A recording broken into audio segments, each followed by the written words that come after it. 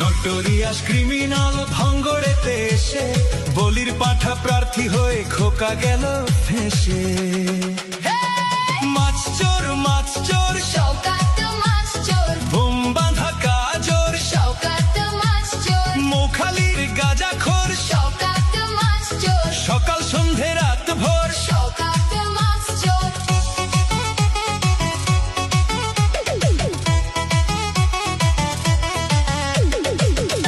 শওকত মোল্লাকে ভাঙড়ের মানুষ বিশেষ করে তৃণমূল কংগ্রেসের নেতা বলে মনে করেন। ওকে একটা পাক্কা মাছ চোর ক্রিমিনাল এই হিসেবে ওকে ট্রিট করে এবং দেখে এবং খুনি।